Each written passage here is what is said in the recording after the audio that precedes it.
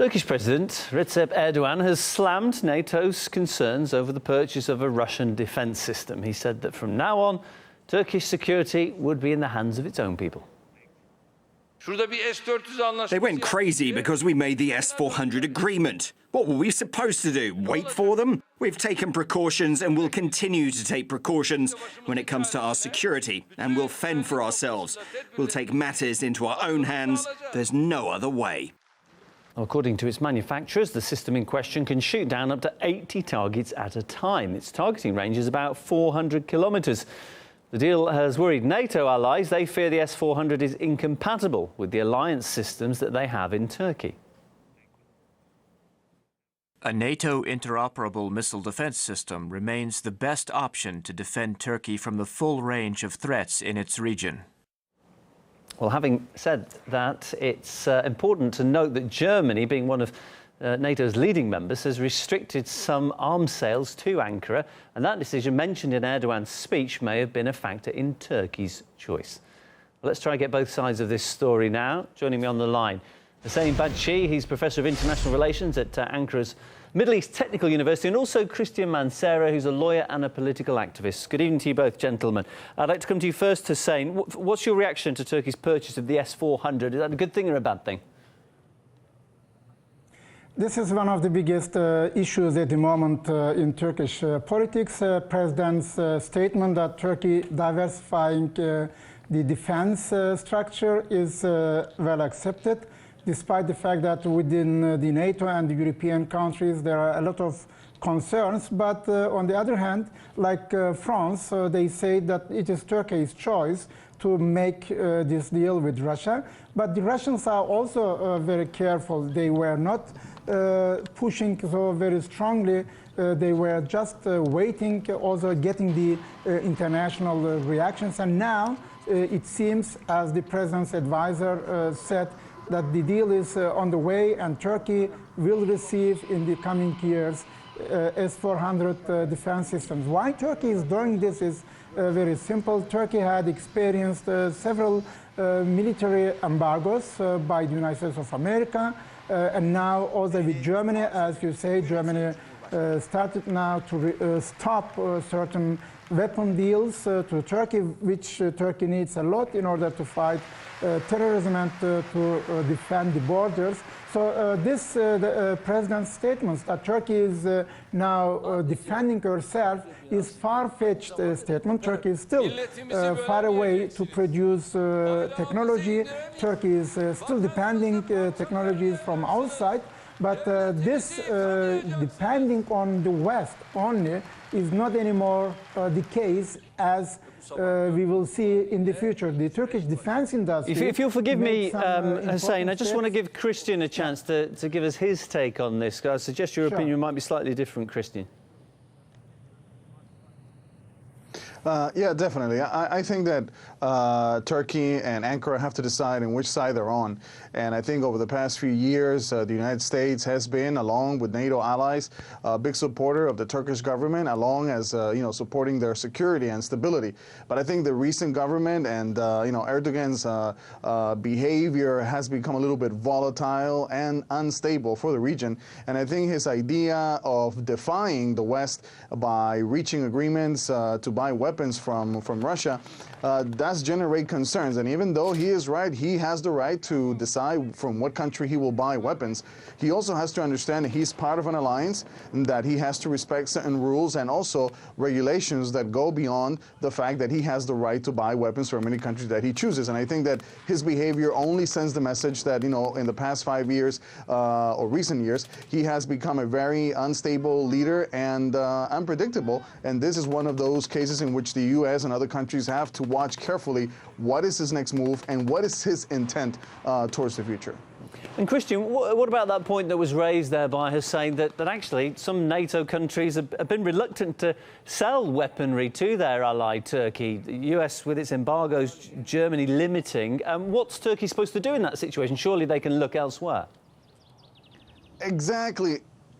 I understand that, and I think that, but the main reason behind it is because Turkey has shown over the past years that level of, instability and lack of loyalty towards NATO. So in a way, we really don't know if tomorrow those embargoes are lifted. We don't know what's going to happen next and in which way those weapons will be used. So in a way, if Turkey is giving access to like very advanced technology and weaponry, then we don't know how that country is going to use it after. And we have to protect the countries that are neighboring Turkey. And if Turkey is going to take a step forward to send a message that they're going to buy weapons from any country that they see fit, then in a way they're answering the calls from NATO and the US and other countries to prevent them from buying weapons that might lead to a war in that precise region. And you can recall that actually a few months ago, actually a year ago, we were talking about Turkey destroying a Russian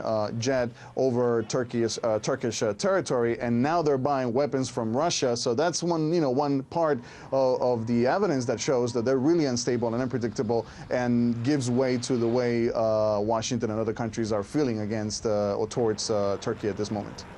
Hussein, NATO says the S-400 is incompatible with their systems. Is that a legitimate concern? First of all, it is not either-or question.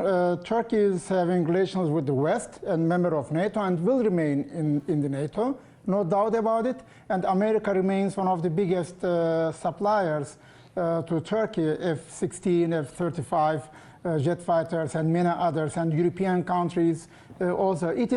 Russia is not the alternative to NATO, first of all. What Turkey is doing is now a search for diversification of defense needs.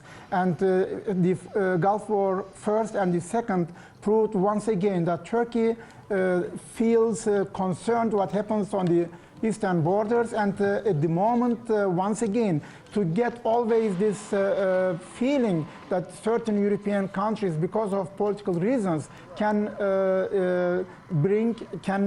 put military embargo towards Turkey. It is not fair from Turkish perspective, at least, as the president and government. Yes, Professor, but Turkey has to show some restraint like and some stability in order for those embargoes to be lifted. It doesn't make any sense. No. Whether Turkey is stable or not is another political debate. We are talking here about the possible buying of Russian S-400 systems. What the Greeks did buy, anyway, in the 90s, S-300 systems, nobody was making so much fuss of it. If Turkey buys it now, then it is a problem. It is not alternative. Once again, I underline this. Don't misunderstand this. America remains for Turkey a #1 security partner. So Russia is now a possible new partner for certain defense system. Yes, but if that is true, if the U.S. is the #1 partner in security, you can't be dealing weapons with a country that is not friendly to the U.S. Oh, just a minute, but Russia is our neighbor. So Turkey cannot make policies because somebody is not liking America or not. This is our neighbor. When America was not as a state, Russia was No, but the our point neighbor. is that those weapons that are being bought, they're not weapons that can be operated by other countries in NATO. So that's the main concern. And Ottoman Empire, they have been having with each other 13 times wars within 150 years. So we know each other. We know Russia. We know and Russians know us. The question is not here to give you an historical lecture. No, the question is here, what Turkey is doing with this system if Turkey has those systems on our borders. Two examples. The Germans and Professor, the Dutch then perhaps Turkey can then decide to step out of NATO then. If they think that Russia is their main ally, then they could step out of NATO and not follow NATO's calls for stability and predictability in terms of from whom they're buying weapons. It's not about a history lesson. It's about following the recent patterns of history and behavior. If Turkey is aligned with NATO and NATO allies, it doesn't make any sense that now they're looking for buying weapons from Russia. I do understand understand, and I do give you the fact that, you know, there are some difficulties from accessing certain types of technology and weaponry from other countries, but it does not mean that they're going to have to go around the way behind NATO to buy weapons from Russia that clearly has been going against NATO, especially when we're talking about Ukraine and other issues that raise interest for Western countries. So either Turkey is on the side of the NATO allies, or it's on the side of Russia, who is completely against NATO. So we cannot be playing both sides at the same time. So it's not about a history lesson. It's about who you're playing with and who's your ally at this precise moment. No. Turkey is not on the Russian side. No, it is not true. You make a mistake. Turkey is not on the Russian side. Turkey is a member of NATO and will remain as a member of NATO, and the Turkish army structure is still having the NATO, I would say, coding system. But then how can we trust Turkey if they, you know, when things are not done their way, they go buying weapons from every single enemy from NATO? No, that type of behavior is the one that I found a little bit unpredictable. I do understand what you're trying to say. Turkey is trying to protect themselves in terms of security around the region, but then at the same time, it doesn't make sense that you go around and buy weapons from countries that don't have the best interest of NATO in heart. Gentlemen, I think that's the right point to wrap this up, because we are about to run out of time. But it's been fascinating listening to your conversation. I appreciate you both coming on to speak to us. Professor Hossein Bagchi, International Relations Professor at Ankara's Middle East Technical University, Cristhian Mancera, lawyer, political activist. It was an engaging conversation. Many thanks.